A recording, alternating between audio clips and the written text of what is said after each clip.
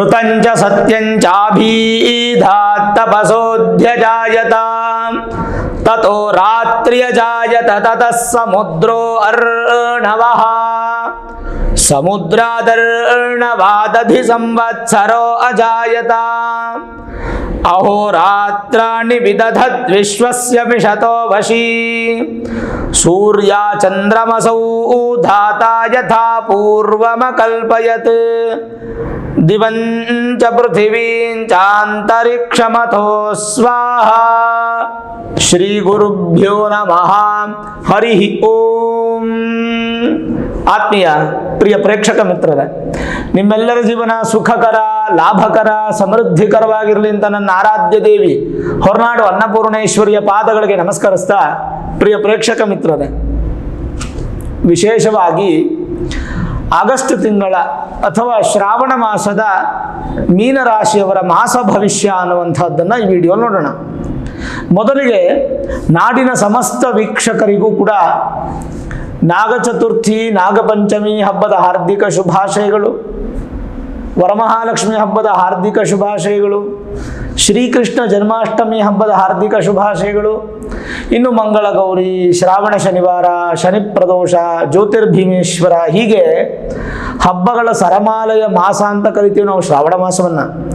ಇದರದ್ದೇ ಆದಂಥ ಪ್ರತ್ಯೇಕವಾದ ವಿಡಿಯೋಗಳನ್ನು ಮಾಡ್ತೀನಿ. ಜ್ಯೋತಿರ್ಭೀಮೇಶ್ವರ ವ್ರತದ ವಿಡಿಯೋ, ಹಾಗೆ ವರಮಹಾಲಕ್ಷ್ಮಿ ಹಬ್ಬದಾಗ್ಬೋದು, ನಾಗಪಂಚಮಿದಾಗ್ಬೋದು, ಕೃಷ್ಣ ಜನ್ಮಾಷ್ಟಮಿದಾಗ್ಬೋದು, ಪ್ರತಿಯೊಂದೂ ನಾನು ಮಾಡ್ತೇನೆ. ಮಾಸ ಭವಿಷ್ಯ ಮುಗಿದ್ಮೇಲೆ ಒಂದೊಂದಾಗಿ ನಿಮ್ಗೆ ಅಪ್ಲೋಡ್ ಆಗುತ್ತೆ, ನೀವು ನೋಡ್ಕೋಬೋದು. ಅದರಂತೆ ನೀವು ಮನೇಲಿ ಪೂಜೆ ಮಾಡ್ಕೊಳ್ಬೋದು. ಆದರೆ ಈಗ ಮೀನ ರಾಶಿಯವ್ರಿಗೆ ಹೇಗಿದೆ ಆಗಸ್ಟ್ ತಿಂಗಳು, ಪಾಸಿಟಿವಾ ನೆಗೆಟಿವಾ ಅದನ್ನು ನಾವು ತಿಳ್ಕೊಂಬಿಡೋಣ. ಪಾಸಿಟಿವ್ ಇದ್ದರೆ ಸಂತೋಷವಾಗಿ ಅನುಭವಿಸೋಣ, ನೆಗೆಟಿವ್ ಇದ್ದರೆ ಅದಕ್ಕೆ ಏನು ಪರಿಹಾರ ಅಂತ ತಿಳ್ಕೊಂಡು ಪರಿಹಾರ ಮಾಡ್ಕೊಳ್ಳೋಣ. ಮುಖ್ಯವಾಗಿ ಗ್ರಹಗಳ ಬದಲಾವಣೆ ಏನು? 17ನೇ ತಾರೀಕು ಅಂದರೆ ಆಗಸ್ಟ್ 17ನೇ ತಾರೀಕು ಸೂರ್ಯ ಪಂಚಮ ಸ್ಥಾನದಿಂದ ಷಷ್ಠ ಸ್ಥಾನಕ್ಕೆ ಅಂದರೆ 6ನೇ ಮನೆಗೆ ಬರ್ತಾ ಇದ್ದಾರೆ. ಸ್ವಕ್ಷೇತ್ರಕ್ಕೆ, ತನ್ನ ಸ್ವಂತ ಮನೆಗೆ ಬರ್ತಾ ಇದ್ದಾರೆ. ಅಂದರೆ ಸೂರ್ಯ ತನ್ನ ಸ್ವಂತ ಮನೆಗೆ ಬರ್ತಾ ಇದ್ದಾರೆ. 6th house lord is in 6th house. 6ನೇ ಮನೆ ಅಧಿಪತಿ 6ನೇ ಮನೆಗೆ ಬರ್ತಾ ಇದ್ದಾರೆ. ಯಾರು? ಸೂರ್ಯ. ಅದೊಂದು ಮೇಜರ್ ಪ್ಲಸ್ ಪಾಯಿಂಟಾ. ಅದಾದ್ಮೇಲೆ 22ನೇ ತಾರೀಕು ಬುಧ ಪಂಚಮಕ್ಕೆ ಬರ್ತಾರೆ. 22ನೇ ತಾರೀಕುವರೆಗೂ ಬುಧ 6ನೇ ಮನೆಯಲ್ಲಿ ಇದ್ದಂಥದ್ದು ಪಂಚಮಕ್ಕೆ ಬರ್ತಾರೆ. ಹಾಗೆ 24ನೇ ತಾರೀಕು ಶುಕ್ರ ಸಪ್ತಮ ಭಾವಕ್ಕೆ ಬರ್ತಾರೆ, ನೀಚ ಸ್ಥಾನಕ್ಕೆ ಬರ್ತಾರೆ. ಶತ್ರು ಮನೆಯಿಂದ ನೀಚ ಸ್ಥಾನಕ್ಕೆ ಬರ್ತಾರೆ. ಶುಕ್ರನಿಂದ ಹೆಚ್ಚು ಬಲ ಫಲಗಳು ಮೀನರಾಶಿಯವರಿಗೆ ಈ ತಿಂಗಳಿಲ್ಲ. ಇನ್ನು 26ನೇ ತಾರೀಕು ಕುಜ ನಿಮ್ಮ ರಾಶಿಯಿಂದ 4ನೇ ಮನೆಗೆ ಬರ್ತಾರೆ, ಚತುರ್ಥ ಭಾವಕ್ಕೆ. ಕುಜ ದೋಷ ಅನ್ನುವಂಥದ್ದು ಪ್ರಾರಂಭ ಆಗುತ್ತೆ 26ನೇ ತಾರೀಕು.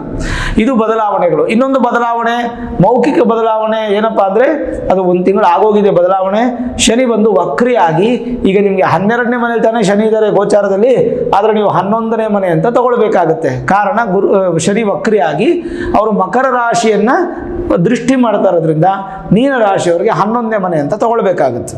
ಇರಲಿ, ಆ ಫಲಗಳನ್ನು ಹೇಳ್ತಾ ಬರ್ತೇನೆ. ಮೊದಲಿಗೆ ಸೂರ್ಯನ ಫಲ. ಸೂರ್ಯ ನಿಮಗೆ 6ನೇ ಮನೆ ಅಧಿಪತಿ. ಋಣ, ರೋಗ, ಶತ್ರು. ಋಣ ಅಂದರೆ ಸಾಲ, ರೋಗ ಅಂದರೆ ಆರೋಗ್ಯ ಕೆಡುವಂಥದ್ದು, ಶತ್ರುಗಳು ಉತ್ಪತ್ತಿ ಆಗುವಂಥದ್ದು. ಈ 3 ಸ್ಥಾನಕ್ಕೂ ಅಧಿಪತಿ ಆದಂಥದ್ದು ಸೂರ್ಯ. ಅವರು ಹೇಗಿದ್ದಾರೆ ಅಂತ ನೋಡೋಣ ನಾವು. ರೋಗಾರಿ ವ್ಯಸನಕ್ಷತಾನಿ ವಸುಧಾ ಪುತ್ರಾರಿಷ್ಟ ಚಿಂತೆಯೇತ್ ತಸ್ಕರ ರಾತಿ ವಿಘ್ನ ದಿವ್ಯ ದಧಯಸ್ವ ತನು ಕ್ಷತಿ ಅಂತ ಶ್ಲೋಕ ಬರುತ್ತೆ. ಏನು ಹೇಳುತ್ತೆ? 6th house lord is in 6th house. ಅದನ್ನು ನಾವು ಬಹಳ ಗಮನವಾಗಿ ನೋಡಬೇಕು. 6ನೇ ಮನೆಯ ಅಧಿಪತಿ 6ನೇ ಮನೆಯಲ್ಲೇ ಇದ್ದರೆ ಎನ್ನುವಂತೆ ಕೆಲವೊಂದಿಷ್ಟು ಅಭಿವೃದ್ಧಿಗಳು ಕಾಣುತ್ತೆ. 6ನೇ ಮನೆಯಲ್ಲಿ ಪಾಪಗ್ರಹಣೆ ಆದ್ದರಿಂದ, ಅವರು ಸ್ವಕ್ಷೇತ್ರ ಆದ್ದರಿಂದ ಸ್ವಲ್ಪ ಮಟ್ಟಿಗೆ ವ್ಯಾಧಿಗಳು ಹೆಚ್ಚಾಗುವಂಥ ಸಾಧ್ಯತೆ. ಮೀನರಾಶಿಯವರಿಗೆ ಆರೋಗ್ಯ ಕೆಡುವಂತಹ ಮಾಸ. ಆರೋಗ್ಯದಲ್ಲಿ ತೊಂದರೆಗಳು ಬರುತ್ತೆ, ಸ್ವಲ್ಪ ಗಮನ ಇಟ್ಕೊಳ್ಳಿ. ಕಣ್ಣು, ಸ್ಕಿನ್ನು ಅಂದರೆ ಚರ್ಮ ಹಾಗೂ ಹೃದಯ, ಹಾರ್ಟ್ ರಿಲೇಟೆಡ್, ಈ 3ಕ್ಕೂ ಅಧಿಪತಿ ಸೂರ್ಯ ಆದ್ದರಿಂದ ಅವ್ರು 6ನೇ ಮನೆ ಇರೋದ್ರಿಂದ ಸ್ವಲ್ಪ ಮಟ್ಟಿಗೆ ಈಗ ಆಗಸ್ಟ್ ತಿಂಗಳಲ್ಲಿ ಹುಷಾರಾಗಿ ನಿಮ್ಮ ಆರೋಗ್ಯದ ಕಡೆ ಗಮನ ಕೊಡಿ. ಸ್ವಲ್ಪ ಈ ಅಲರ್ಜೀಸ್ ಅಂತ ಹೇಳ್ತೀವಲ್ಲ, ತುರಿಕೆಗಳು ಅಂದರೆ ನಮಗೆ ನೆವೆ ಆಗುವಂಥದ್ದು, ಅದನ್ನು ಕೆರ್ಕೊಂಡ್ಬಿಡೋದು, ಅದು ಸೆಪ್ಟಿಕ್ ಆಗಿಬಿಡೋದು, ಈ ಥರದ್ದು ಏನಾದರೂ ಆಗುವಂಥ ಸಾಧ್ಯತೆಗಳು ಹೆಚ್ಚಾಗಿರುತ್ತೆ. ಸ್ವಲ್ಪ ಮಟ್ಟಿಗೆ ಸಾಲಬಾಧೆ ಆಗುವಂಥ ಸಾಧ್ಯತೆ. ಆಮೇಲೆ ಯಾರನ್ನೂ ತುಂಬ ಶತ್ರು ಮಾಡ್ಕೋಬೇಡಿ, ಕೋಪ ಜಾಸ್ತಿ ಮಾಡ್ಕೋಬೇಡಿ. ಶತ್ರುಗಳು ಈ ಒಂದು ತಿಂಗಳಲ್ಲಿ ನಿಮಗೆ ಉತ್ಪತ್ತಿ ಆಗುವಂಥ ಸಾಧ್ಯತೆಗಳು ಹೆಚ್ಚಾಗಿರುತ್ತೆ. ತಸ್ಕರ ಅಂತಂದರೆ ನಿಮ್ಮ ವಸ್ತು ಕಳೆದೋಗುವಂಥ ಸಾಧ್ಯತೆಗಳಿರುತ್ತೆ, ಸ್ವಲ್ಪ ಹುಷಾರಾಗಿರಬೇಕು. ಅದ್ರ ಜೊತೆಗೆ ಮಧ್ಯಮ ಮಟ್ಟದ ಅಭಿವೃದ್ಧಿ ಅಂತ ಹೇಳ್ತೀವಿ ನಾವು. ಇದು ಸೂರ್ಯನಿಂದ ಸಿಗುವಂತಹದ್ದು ಸಾಧ್ಯತೆಗಳು ಹೆಚ್ಚಾಗಿರುತ್ತೆ. ಸ್ವಲ್ಪ ಅನಾರೋಗ್ಯ ಕಾಡೋದ್ರಿಂದ ಆದಷ್ಟು ಬೆಳಗ್ಗೆ ಬೇಗ ಎದ್ದು ಸೂರ್ಯನಿಗೆ ಒಂದು ನಮಸ್ಕಾರವನ್ನು ಮಾಡುವಂಥದ್ದು, ಯೋಗಾಭ್ಯಾಸದಲ್ಲಿರುತ್ತ ರೀತಿಯಾಗಿ 12 ಸೂರ್ಯ ನಮಸ್ಕಾರವನ್ನು ಮಾಡಿ ಸೂರ್ಯನ ಬಿಸಿಲು ತಗೊಳ್ಳುವಂಥದ್ದು ಬಹಳ ಒಳ್ಳೆಯದು. ಇದೇ ಪರಿಹಾರ, 6ನೇ ಮನೆ ಸೂರ್ಯನ ಪರಿಹಾರ. ಎಲ್ಲರಿಗೂ ಚೆನ್ನಾಗಿದೆ ಸೂರ್ಯ ನೋಡಿ, ಮೀನ ರಾಶಿಯವರು ಮಾತ್ರ 6ನೇ ಮನೆ, ಬೇರೆ ಎಲ್ಲ ರಾಶಿಗಳಿಗೂ ಚೆನ್ನಾಗಿದೆ. ಅಷ್ಟಮ ಭಾವಕ್ಕೆ ಬಂದಂಥ ಮಕರ ರಾಶಿಗೂ ಚೆನ್ನಾಗಿದೆ, ಆದರೆ ಮೀನ ರಾಶಿಯವ್ರಿಗೆ ಮಾತ್ರ ಚೆನ್ನಾಗಿಲ್ಲ 6ನೇ ಮನೆಗೆ ಸೂರ್ಯ ಬಂದಾಗ. ಸರಿ, ರಾಶಿಯಿಂದ ದ್ವಿತೀಯಾಧಿಪತಿ ಮತ್ತು ಭಾಗ್ಯಾಧಿಪತಿ ಆಗಿರ್ತಕ್ಕಂಥ ಕುಜನ ಒಂದು ಸ್ಥಾನ ತುಂಬ ಚೆನ್ನಾಗಿದೆ. ಮೌಲ್ಯಗಳು ಅಭಿವೃದ್ಧಿ ಆಗುವಂಥ ಸಾಧ್ಯತೆಗಳು ತುಂಬ ಚೆನ್ನಾಗಿದೆ. ಅಂದರೆ 24ನೇ ತಾರೀಕಿನವರೆಗೂ 22ನೇ ತಾರೀಕಿನವರೆಗೂ ವಿಶೇಷವಾದಂಥ ಸ್ಥಾನದಲ್ಲಿ ಬುಧ ಮತ್ತು ಸೂರ್ಯ ಬಂದು ಕೂತ್ಕೊಂಡಿರ್ತಾರೆ. 24ನೇ ತಾರೀಕು ಶುಕ್ರ, 26ನೇ ತಾರೀಕು ಕುಜ. ಅಂದ್ರೆ ಈ ತಿಂಗಳು ಮುಗಿದೋಗುತ್ತೆ ತಗೊಳ್ಳಿ. ಆದ್ರೂ ನೀವು 3ನೇ ಮನೆ ಗುರುಮಂಗಲ ಯೋಗ ಅನ್ನುವಂಥ ಯೋಗ ಇರೋದ್ರಿಂದ ಸ್ವಲ್ಪ ಮಟ್ಟಿಗೆ ರಿಯಲ್ ಎಸ್ಟೇಟ್ ಬಿಸ್ನೆಸ್ ಎಲ್ಲ ಅಭಿವೃದ್ಧಿ ಆಗೋದು, ಆಮೇಲೆ ಎಲ್ಲೋ ಒಂದು ಕಡೆ ದುಡ್ಡು ಸ್ಟ್ರಕ್ ಆಗ್ಬಿಟ್ರದು ಬರುವಂಥ ಸಾಧ್ಯತೆಗಳು ಮೀನ ರಾಶಿಯವರಿಗೆ ಇವೆಲ್ಲ ಹೆಚ್ಚು ನಾವು ಕಾಣಬಹುದಾಗುತ್ತೆ ಈ ತಿಂಗಳು. ಮತ್ತೆ ಶುಭ ಸಂತೋಷ, ತುಂಬ ಜನ ನಿಮ್ಮನ್ನು ಕರೀತಾರೆ, ಊಟ ಜಾಸ್ತಿ ತಿನ್ನಿಸ್ತಾರೆ, ಊಟದಿಂದ ಆರೋಗ್ಯ ಕೆಡುವಂಥ ಸಾಧ್ಯತೆ. ಹಾಗಾಗಿ ಯಾರೇ ಹೆಚ್ಚು ಊಟ ಕೊಟ್ಟರು ಕೂಡ ನೀವು ಬ್ಯಾಲೆನ್ಸ್ ಆಗಿ ನಿಮ್ಮ ಶಕ್ತಿ ಎಷ್ಟಿದೆಯೋ ಅಷ್ಟನ್ನು ತಿಂದು ಆರೋಗ್ಯನ ನೋಡ್ಕೊಳ್ಬೇಕು. ಗುರುಮಂಗಲ ಯೋಗ ಇರೋದ್ರಿಂದ ಮನೆಯಲ್ಲಿ ಶಾಂತಿ, ಸೌಖ್ಯ, ನೆಮ್ಮದಿ, ಅಭಿವೃದ್ಧಿ ಆಗುತ್ತೆ. ಶುಭ ಕಾರ್ಯಗಳು ಮನೆಯಲ್ಲಿ ನಡೆಯುತ್ತೆ. ಇವೆಲ್ಲವೂ ಕೂಡ ಒಂದು ಸ್ವಲ್ಪ ಪ್ಲಸ್ ಪಾಯಿಂಟ್ಸ್ ಅಂತ ನಾವು ತಗೊಳ್ಬಹುದು. ಆಮೇಲೆ ಈ ಹೋಟೆಲ್ ಬಿಸ್ನೆಸ್ ಮಾಡುವಂಥವ್ರು, ಫೈನಾನ್ಸ್ ಬಿಸ್ನೆಸ್ ಮಾಡುವಂಥವ್ರು ಅವ್ರಿಗೆಲ್ಲ ಒಳ್ಳೇದಿದೆ. ರಿಯಲ್ ಎಸ್ಟೇಟ್ ಮಾಡುವಂಥವ್ರು, ರೈತರಿಗೆ ಅವ್ರಿಗೆಲ್ಲ ಒಳ್ಳೇದಿದೆ. ಸಿವಿಲ್ ಇಂಜಿನಿಯರ್ ಮಾಡುವಂಥವ್ರು, ಮನೆ ಕಟ್ಟಿಸುವಂಥವ್ರು, ಮನೆ ತಗೊಳ್ಳುವಂಥವ್ರು ಅಥವಾ ಭೂಮಿ ತಗೊಳ್ಳುವಂಥವ್ರು, ಈ ಥರದ್ದೇನೇ ಇದ್ರೂ ಕೂಡ ಇದೆಲ್ಲ ವೃದ್ಧಿಯನ್ನು ಕಾಣಬಹುದೇ ಬಿಟ್ಟರೆ ಅದಲ್ಲದೆ ಬೇರೆ ವಿಚಾರಗಳಲ್ಲಿ ಅಷ್ಟೊಂದು ಅಭಿವೃದ್ಧಿ ಇಲ್ಲ. ಸರಿ, ರಾಶಿಯಾಧಿಪತಿ ಹಾಗೂ ದಶಮಾಧಿಪತಿನೂ ಗುರುನೇ ಆದ್ರಿಂದ ಗುರು ನಿಮಗೆ ತೃತೀಯ ಭಾವದಲ್ಲಿರಲ್ಲ. ಧೈರ್ಯ ತುಂಬ ಚೆನ್ನಾಗಿರುತ್ತೆ ಈ ತಿಂಗಳು. ಮಂಡು ಧೈರ್ಯ ಅಂತ ಹೇಳ್ಬೋದು. ಎಲ್ಲದಕ್ಕೂ ಮುಂದೆ ಹೋಗುವಂಥದ್ದು, ಎಲ್ಲ ಸಮಸ್ಯೆಗಳು ನಂದೇ ಅಂತ ನೀವು ನಿಮ್ಮ ಮೇಲೆ ಹಾಕ್ಕೊಳ್ಳುವಂಥದ್ದು. ಅಂದರೆ ಹಾಗೆ ಸಹಕಾರವಾಗಿರತಕ್ಕಂಥ ವ್ಯಕ್ತಿಗತ ಅಭಿಪ್ರಾಯಗಳು, ಆಸೆಗಳು ಹೆಚ್ಚಿರುತ್ತೆ. ನಿಮಗೆ ಸಹಕಾರ ಜಾಸ್ತಿ ಕೊಡ್ತೀರಾ, ನಂಬದವ್ರಿಗೆ ನೀವು ಮೋಸ ಮಾಡದೆ ಮುಂದೆ ಹೋಗ್ತಿರ್ತೀರಾ. ಇದೆಲ್ಲ ನಿಮಗೆ ಯಾರಿಂದ ಬಲ ಸಿಗುತ್ತೆ? ರಾಶಿಯಾಧಿಪತಿ ಮತ್ತು ದಶಮಾಧಿಪತಿಯಿಂದ. ಆಮೇಲೆ ಉದ್ಯೋಗದಲ್ಲೂ ಏನು ದೊಡ್ಡ ಬದಲಾವಣೆಗಳಿಲ್ಲ, ಹೇಗಿರುತ್ತೋ ಉದ್ಯೋಗ ಈ ತಿಂಗಳು ಹಂಗೇ ನಡ್ಕೊಂಡು ಹೋಗ್ಬಿಡುತ್ತೆ, ದೊಡ್ಡ ಬದಲಾವಣೆಗಳು ಕಾಣೋದಿಲ್ಲ. ಇನ್ನು ರಾಶಿಯಿಂದ ತೃತೀಯ ಭಾವ ಹಾಗೂ ಅಷ್ಟಮ ಭಾವಾಧಿಪತಿ ಆಗಿರ್ತಕ್ಕಂಥ ಶುಕ್ರ ಚೆನ್ನಾಗಿಲ್ಲ. ಹಾಗಾಗಿ ಸ್ವಲ್ಪ ಮನೆಗೆ ಖರ್ಚು ಜಾಸ್ತಿ ಬರೋದು, ಹೆಂಡತಿಗೆ ಗಂಡನಿಂದ ಖರ್ಚು ಬರೋದು, ಗಂಡನಿಗೆ ಹೆಂಡತಿಯಿಂದ ಖರ್ಚು ಬರೋದು, ಸ್ವಲ್ಪ ಮಟ್ಟಿಗೆ ಈ ಕುಟುಂಬದಲ್ಲಿ ಒಂಚೂರು ದಾಂಪತ್ಯದಲ್ಲಿ ಖರ್ಚುಗಳು ಹೆಚ್ಚಾಗುವಂಥ ಸಾಧ್ಯತೆಗಳು ಜಾಸ್ತಿ ಇರುತ್ತೆ. ಮೇಲಾಗಿ ಅದೊಂದೇ ಸಮಸ್ಯೆ ಆಗೋದಿಲ್ಲ, ಹೇಳಿದ್ನಲ್ಲ, ಒಂದು ಸ್ವಲ್ಪ ನೀವು ಕಾಂಪ್ರಮೈಸು, ಅಡ್ಜಸ್ಟ್ಮೆಂಟು, ಬ್ಯಾಲೆನ್ಸ್ ಮಾಡ್ಕೊಂಡ್ಬಿಡ್ತೀರಾ. ನಿಮ್ಗೇನಾದರೂ ಕೂದಲು ಉದುರ್ತಾ ಇದೆ ಅಂದ್ಕೊಳ್ಳಿ, ಅಯ್ಯೋ ಬಿಡಿ ಉದುರ್ಲಿ ಹೋಗ್ಲಿ, ಅದನ್ನು ನೀವು ಮತ್ತೆ ರೆಡಿ ಮಾಡ್ಕೋಬೇಕು ಅನ್ನೋ ರೀತಿಯಾಗಿ ನಿಮ್ಮ ಆಲೋಚನೆ ಬರೋಲ್ಲ. ಹೊಟ್ಟೆ ಮುಂದೆ ಬರ್ತಾ ಇದೆ, ಅಯ್ಯೋ ಬರಲಿ ಬಿಡು ಪರವಾಗಿಲ್ಲ. ಅಂದರೆ ಕಾಂಪ್ರಮೈಸ್ ಲೈಫ್ ಅನ್ನೋದು ಈ ತಿಂಗಳು ನಿಮಗೆ ತುಂಬ ಜಾಸ್ತಿ ಇರುತ್ತೆ. ಹಾಗಾಗಿ ಒಂದು ಸ್ವಲ್ಪ ನೀವು ಅದನ್ನು ಬ್ಯಾಲೆನ್ಸ್ ಮಾಡ್ಕೊಳ್ಳಿ.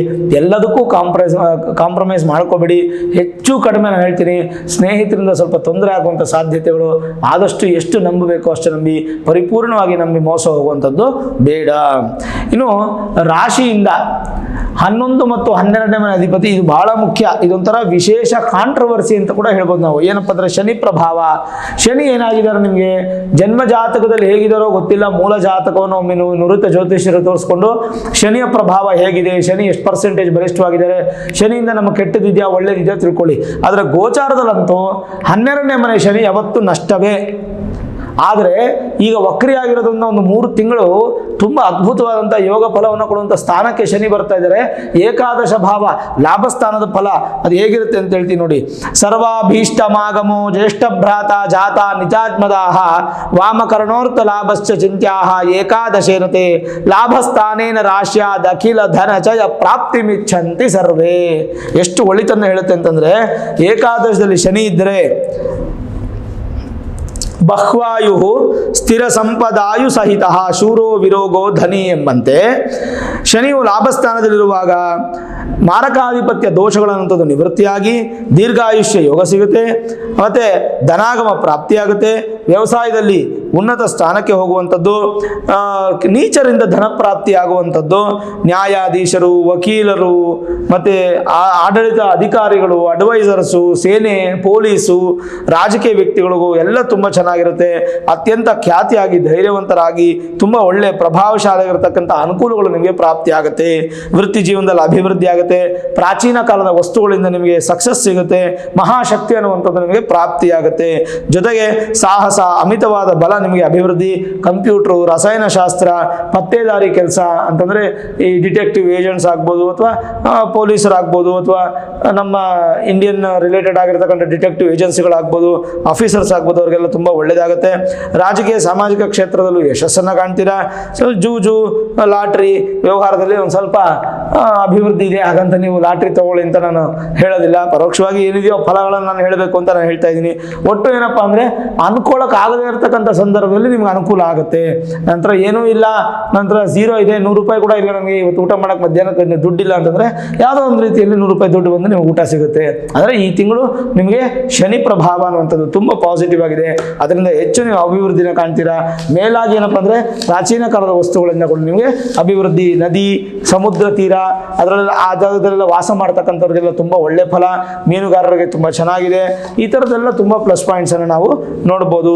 ಜನರಲೈಸ್ ಆಗಿ ನೋಡೋದಾದ್ರೆ ಲಾಭದಾಯಕ, ನಿಮ್ಮ ಹಿರಿಯರ ಮಾರ್ಗದರ್ಶಕ ನೀಡುವಂಥ ಸೂಚನೆ ಇದ್ದರೆ ನಿಮಗೆ ವಿಜಯ ಪ್ರಾಪ್ತಿ. ದ್ವಿಚಕ್ರ ವಾಹನ ಚಾಲಕರಿಗೆ ಸಣ್ಣ ಪ್ರಮಾಣದ ತೊಂದರೆಗಳಾಗುತ್ತೆ, ಹುಷಾರಾಗಿರಬೇಕು. ಮಾನಸಿಕವಾಗಿ ಸ್ವಲ್ಪ ಸಮತೋಲನ ನೀವು ಕಳ್ಕೋಬೇಡಿ, ಎಲ್ಲವನ್ನು ಬ್ಯಾಲೆನ್ಸ್ ಮಾಡಿ ಒಂಚೂರು ಮೆಡಿಟೇಷನ್ ಮಾಡುವಂಥದ್ದು ಒಳ್ಳೆಯದು. ಮತ್ತು ಮನೆ ಕಟ್ಟುವ ಕೆಲಸ ಇದ್ದರೆ ಪೂರ್ಣ ಆಗುತ್ತೆ, ಪೂರ್ಣ ಹಂತಕ್ಕೆ ಬರುವಂಥ ಸಾಧ್ಯತೆ. ವಿದ್ಯಾರ್ಥಿಗಳಿಗೆ ತಿಂಗಳು ತುಂಬ ಚೆನ್ನಾಗಿದೆ. ವ್ಯಾಪಾರಸ್ಥರು ತುಂಬ ಚೆನ್ನಾಗಿದೆ. ಉದ್ಯೋಗದಲ್ಲಿ ಮಾತ್ರ ಸಮನಾಗಿದೆ, ಏನು ತುಂಬ ದೊಡ್ಡ ವ್ಯತ್ಯಾಸಗಳು ಇಲ್ಲ. ಆಮೇಲೆ ರೈತರಿಗೆ ಕೃಷಿ ಚಟುವಟಿಕೆಗಳಲ್ಲಿ ಉತ್ತಮ ಲಾಭ ಇದೆ. ಗಣ್ಯರ ಭೇಟಿ ಮಾಡುವಂಥದ್ದು, ದೊಡ್ಡ ಸಮಸ್ಯೆಗಳಿಂದ ಪರಿಹಾರ ಮಾಡ್ಕೋತೀರಾ. ಮತ್ತು ಅದೃಷ್ಟದ ತಿಂಗಳಾಗಿ ಕೂಡ ಶನಿಯಿಂದ ನಿಮಗೆ ಪರಿವರ್ತನೆ ಆಗುತ್ತೆ. ಸಹೋದರರ ಶಕ್ತಿ ಸಿಗುತ್ತೆ. ಶತ್ರು ಬಾಧೆ ಅನ್ನುವಂಥದ್ದು ಬರುತ್ತೆ, ಬಟ್ ಅದು ನಿವಾರಣೆ ಮಾಡ್ಕೋಬೇಕು. ದೀರ್ಘಕಾಲದ ಪ್ರಯಾಣ, ದೊಡ್ಡ ವ್ಯಾಪಾರಗಳಿಗೆ ಅಧಿಕ ಲಾಭ, ಕುಟುಂಬದಲ್ಲಿ ನೆಮ್ಮದಿಯ ವಾತಾವರಣ, ಮತ್ತು ಸಂತಾನ ಅಪೇಕ್ಷಿತ ದಂಪತಿಗಳಿಗೆ ಶುಭ ಫಲ. ವಿದ್ಯಾರ್ಥಿಗಳಿಗೆ ಹೈಯರ್ ಎಜುಕೇಷನ್ ಮಾಡುವಂಥವ್ರಿಗೆ, ವಿದೇಶಕ್ಕೆ ಹೋಗಿ ವಿದ್ಯಾಭ್ಯಾಸ ಮಾಡುವಂಥವ್ರಿಗೆ ಶುಭ ಫಲ. ಹಿರಿಯರ ಆಶೀರ್ವಾದ ಇವೆಲ್ಲವೂ ನಿಮಗೆ ಬಹಳ ಚೆನ್ನಾಗಿ ಸಿಗುತ್ತೆ. ಸ್ವಲ್ಪ ಜೀರ್ಣಕ್ರಿಯೆಯಲ್ಲಿ ತೊಂದರೆ, ನಾನು ಆಗಲೇ ಹೇಳಿದ ಗುಪ್ತಾಂಗಗಳ ಸಮಸ್ಯೆ, ಯೂರಿನರಿ ಟ್ರ್ಯಾಕ್ ಇನ್ಫೆಕ್ಷನ್ಸ್ ಈ ಥರದ್ದಾಗುವಂಥ ಸಾಧ್ಯತೆ. ಆರೋಗ್ಯದಲ್ಲಿ ಸಣ್ಣ ಪ್ರಮಾಣದ ವ್ಯತ್ಯಾಸಗಳಾಗುತ್ತೆ, ಸ್ವಲ್ಪ ಹುಷಾರಾಗಿರಿ. ಯಾಕಂದರೆ ಶನಿ ಸಾಧಾರಣವಾಗಿ 11 ಮನೆಗೆ ಬಂದರೂ ಕೂಡ 12ನೇ ಮನೆಯಲ್ಲೇ ಇರೋದ್ರಿಂದ, ಕೇವಲ ದೃಷ್ಟಿ ಹಾಕಿರೋದ್ರಿಂದ ಸ್ವಲ್ಪ ನಿಮ್ಮ ಆರೋಗ್ಯ ಹೆಚ್ಚು. ಯಾಕೆ ಮೀನ ರಾಶಿಯವ್ರಿಗೆ ಆರೋಗ್ಯ ಹೇಳ್ತಾ ಇದ್ದೀನಿ ಅಂತಂದರೆ, ಸ್ವಲ್ಪ ಮಟ್ಟಿಗೆ 6ನೇ ಮನೆಯಲ್ಲಿ ಸೂರ್ಯ ಇರೋದು, ಸೂರ್ಯನ ಆರೋಗ್ಯ ಕಾರಕ ಆದ್ದರಿಂದ ನಾನು ನಿಮಗೆ ಹೆಚ್ಚು ಅದರ ಬಗ್ಗೆ ತಿಳಿಸ್ತಾ ಇದ್ದೀನಿ. ವಿವಾಹ ಪ್ರಯತ್ನದಲ್ಲಿ ಶುಭ, ಮನೆಯಲ್ಲಿ ಶುಭ ಕಾರ್ಯಗಳ ಅಭಿವೃದ್ಧಿ ಆಗ್ತಾ ಒಂದು ನಿಗದಿತ ಸೂಚನೆಗಳನ್ನು ನೀವು ಪಡ್ಕೋತೀರಾ, ಅದರಿಂದ ಅನುಕೂಲಗಳು. ಸಣ್ಣ ಪುಟ್ಟ ಅಪಘಾತಗಳಾದರೂ ಕೂಡ ನಿಮಗೆ ದೊಡ್ಡ ಪ್ರಮಾಣದಿಂದ ಪಾರಾಗ್ತೀರಾ. ಅತಿಯಾದ ಕೋಪ ಈ ತಿಂಗಳು ನಿಮ್ಗೆ ಒಳ್ಳೆಯದಲ್ಲ. ಬೆಲೆ ಬಾಳುವ ವಸ್ತುಗಳ ಕಡೆ ಗಮನವಿರಲಿ, ಕಳ್ಳತನವಾಗುವಂಥ ಸಾಧ್ಯತೆಗಳು ಹೆಚ್ಚಾಗಿರುತ್ತೆ. ಹಣದ ವಿಚಾರದಲ್ಲೂ ಕೂಡ ಯಾರನ್ನೂ ನಂಬಕ್ಕೆ ಹೋಗ್ಬೇಡಿ, ಜಾಗ್ರತೆ ಇರಿ. ಮಹಾಮೋಸ ಅಂತ ಹೇಳ್ತೀವಲ್ಲ, ಆ ಥರ ಆಗುತ್ತೆ. ಜೊತೆಗೆ ಸರಿಯಾದ ಸಮಯದಲ್ಲಿ ಕೆಲವೊಂದಿಷ್ಟು ನಿರ್ಧಾರಗಳನ್ನು ಕರೆಕ್ಟಾಗಿ ತಗೊಳ್ಳುವಂಥದ್ದು ತುಂಬ ಒಳ್ಳೆಯ ವಿಚಾರ ಆಗಿರುತ್ತೆ. ಜೊತೆಗೆ 3ನೇ ವ್ಯಕ್ತಿಗಳಿಂದ ನಿಮ್ಮ ಸ್ನೇಹದಲ್ಲಿ ಅಥವಾ ಬಂಧುಗಳಲ್ಲಿ ಪರಸ್ಪರ ತೊಂದರೆಗಳು ಬರುವಂಥದ್ದು, ಅನುಮಾನಗಳು ಬರುವಂಥದ್ದು, ಜಗಳಗಳು ಬರುವಂಥದ್ದು. ಹಾಗಾಗಿ 3ನೇ ವ್ಯಕ್ತಿಗಳು ಯಾರನ್ನೂ ಕೂಡ ನಂಬಿ ಏನು ನಿರ್ಧಾರ ತಗೊಳ್ಬೇಡಿ. ಕೆಟ್ಟ ವ್ಯಸನಗಳು ನಿಮಗೆ ಅಭ್ಯಾಸ ಆಗುವ ಸಾಧ್ಯತೆ, ಅದರಿಂದ ದೂರ ಇರತಕ್ಕಂಥದ್ದು ಒಳ್ಳೆಯದು. ಓವರಾಲ್ ಹೇಳಿದಾಗ ಮೀನರಾಶಿಗೆ ಏನಪ್ಪ ಅಂತಂದರೆ, 1 ಸೂರ್ಯ ನಮಸ್ಕಾರ ಮಾಡುವಂಥದ್ದು ಬಹಳ ಮುಖ್ಯ. 2ನೇದು ಸೂರ್ಯ ನಮಸ್ಕಾರ ಮಾಡೋದ್ರ ಜೊತೆಗೆ ಒಂಚೂರು ಮೆಡಿಟೇಷನ್ ಮಾಡಿ ಆರೋಗ್ಯದ ಕಡೆ ಗಮನ ಕೊಟ್ಟು, ಊಟದ ವಿಚಾರದಲ್ಲಿ ಜಾಸ್ತಿ ಊಟ ಮಾಡದೆ ಆರೋಗ್ಯವನ್ನು ಹೆಚ್ಚು ಚೆನ್ನಾಗಿ ನೋಡ್ಕೋಬೇಕು. ಮೇಲಾಗಿ ಜನ್ಮ ಜಾತಕದಲ್ಲಿ ಸೂರ್ಯ ಮತ್ತು ಶನಿ ಎಲ್ಲಿದ್ದಾರೆ ಅಂತ ನೀವು ನೋಡ್ಕೋಬೇಕಾದ್ರೆ, ನೀವು ನಿಮ್ಮ ಮೂಲ ಜಾತಕವನ್ನು ನುರಿತ ಜ್ಯೋತಿಷ್ಯರಿಗೆ ತೋರಿಸ್ಕೊಂಡು ವೇದಿಕ್ ಅಸ್ಟ್ರಾಲಜಿ, ಹೈಯರ್ ಅಸ್ಟ್ರಾಲಜಿ ಪ್ರೆಡಿಕ್ಷನ್ಸನ್ನು ಮಾಡಿಸಿ ಬೇಕಾದ ಸರಳ ಪರಿಹಾರ ಮಾಡ್ಕೊಳ್ಳೋದ್ರಿಂದ ಖಂಡಿತವಾಗ್ಲೂ ನಿಮಗೆ ಒಳ್ಳೆ ಫಲ ಸಿಗುತ್ತೆ. ಇನ್ನೊಂದು ಪರಿಹಾರ ಏನಪ್ಪ ಅಂತಂದರೆ, ಸಾಧ್ಯವಾದಷ್ಟು ಬನ್ನಿ ಮರ ಅಂತ ಕೇಳಿರ್ತೀರಿ ನೀವು, ಸುಮಾರು ಜಾಗಗಳಲ್ಲಿರುತ್ತೆ, ಅದು ಸ್ವಲ್ಪ ಮುಳ್ಳಿರುತ್ತೆ. ಆ ಬನ್ನಿ ಮರಕ್ಕೆ ಹೋಗಿ ಒಂದು ತಾಮ್ರ ಚೊಂಬಲ್ಲೋ ಬಿಂದಿಗೆಲ್ಲೋ ನೀರು ಹಾಕಿ ಸ್ವಾಮಿ ಅದರ ಆ ಗಿಡಕ್ಕೆ ಸಾಕ್ಷಾತ್ ಶನೀಶ್ವರ ಅನ್ನುವಂಥ ಭಾವನೆಯನ್ನು ಮಾಡಿಕೊಂಡು ಸ್ವಲ್ಪ ಅರಿಶಿಣ ಕುಂಕುಮವನ್ನು ನಮಸ್ಕಾರ ಮಾಡುವಂಥದ್ದು. ಇದೊಂದು 4 ಶನಿವಾರ ಮಾಡಿದ್ರು ಆಯಿತು, ಅಥವಾ ಯಾವ್ದಾರ 1 ದಿನ ಮಾಡಿದ್ರು ಆಯಿತು. ನಿಮ್ಮ ಅನುಕೂಲ, ನಿಮ್ಮ ಭಕ್ತಿ, ನಿಮ್ಮ ಶ್ರದ್ಧೆ ಅದನ್ನು ಮಾಡ್ಕೊಂಬರೋದ್ರಿಂದ ಮತ್ತಷ್ಟು ಶುಭ ಫಲ. ಆಮೇಲೆ ತಾಮ್ರವನ್ನು ದಾನ ಕೊಡೋದು ಒಳ್ಳೆಯದೇ. ಏನೊಂದು 50 ರೂಪಾಯಿ 100 ರೂಪಾಯಿ ಕೊಟ್ಟರೆ ಒಂದು ತಾಮ್ರದ ಬಿಂದಿಗೆ ಅಥವಾ ಚೊಂಬು ಅಂತ ಕೊಡ್ತಾರೆ ನಿಮಗೆ. ಅದರೊಳಗೆ ದಕ್ಷಿಣ ಇಟ್ಬಿಟ್ಟು ಅದ್ರ ತುಂಬ ಅಕ್ಕಿ ತುಂಬಿಟ್ಟು ಮೀನ ರಾಶಿಯವರು ಈ ತಿಂಗಳು ದಾನ ಕೊಟ್ಬಿಡಿ. ಇದನ್ನು ಕೊಡೋದ್ರಿಂದ ಇವಾಗ ಏನೇನು ನೆಗೆಟಿವ್ ಹೇಳ್ತಾ ಬಂದಿದ್ದೀನಿ ಸ್ಟಾರ್ಟಿಂಗಿಂದ, ಆ ಎಲ್ಲ ನೆಗೆಟಿವ್ ಕ್ಲಿಯರ್ ಆಗಿ ಪಾಸಿಟಿವ್ ಆಗಿ ಕನ್ವರ್ಟ್ ಆಗುತ್ತೆ. ಏನಪ್ಪ ಅಂದರೆ, ಒಂದು ತಾಮ್ರದ ಚೊಂಬು, ಆ ಚೊಂಬು ಎಷ್ಟು ನಿಮಗೆ ಒಂದು 100 ರೂಪಾಯಿ ಒಳಗಡೆ ಇರುತ್ತೆ, ಅದಕ್ಕಿಂತ ಹೆಚ್ಚಿರೋದಿಲ್ಲ. ಅದ್ರ ತುಂಬ ಅಕ್ಕಿ ಒಳಗಡೆ ಒಂದು ಕಾಯಿನು, ಒಂದು 10 ರೂಪಾಯಿ ನೋಟ್ ಇಟ್ಬಿಟ್ಟು ಅದನ್ನು ಯಾರಾದರೂ ದೇವಸ್ಥಾನದಲ್ಲಿ ಅರ್ಚಕರಿಗೋ ಪುರೋಹಿತರಿಗೋ ಯಾರಿಗಾದ್ರೂ ಒಬ್ಬರಿಗೆ ದಾನ ಮಾಡಿಬಿಡಿ. ಅದನ್ನು ಮಾಡೋದ್ರಿಂದ ನಾನು ಇಷ್ಟೊತ್ತು ಹೇಳ್ಕೊಂಬಂದಿದ್ದು ಎಲ್ಲ ನೆಗೆಟಿವ್ ಕ್ಲಿಯರ್ ಆಗಿ ಪಾಸಿಟಿವ್ಗಳ ಕನ್ವರ್ಟ್ ಆಗಿ ನಿಮ್ಮ ಒಂದು ದಾರಿ ಸುಗಮ ಆಗೋದ್ರಲ್ಲಿ ಸಂದೇಹನೇ ಇಲ್ಲ.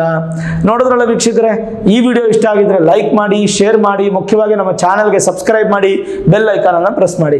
ಪ್ರತಿನಿತ್ಯ ನಾನು ಪೂಜೆ ಮಾಡುವಂತಹ ನನ್ನ ಆರಾಧ್ಯ ದೇವಿ ಹೊರನಾಡು ಅನ್ನಪೂರ್ಣೇಶ್ವರಿ ಆಶೀರ್ವಾದ ಅನುಗ್ರಹ ಸದಾಕಾಲ ಮತ್ತೊಮ್ಮೆ ನಿಮ್ಮ ಸಿಗಲಿಂದ ಪ್ರಾರ್ಥನೆ ಮಾಡ್ತಾ ಸರ್ವೇ ಜನಾಃ ಸುಖಿನೋ ಭವಂತು, ಸಮಸ್ತ ಸನ್ಮಂಗಳ ನಿಭವಂತು.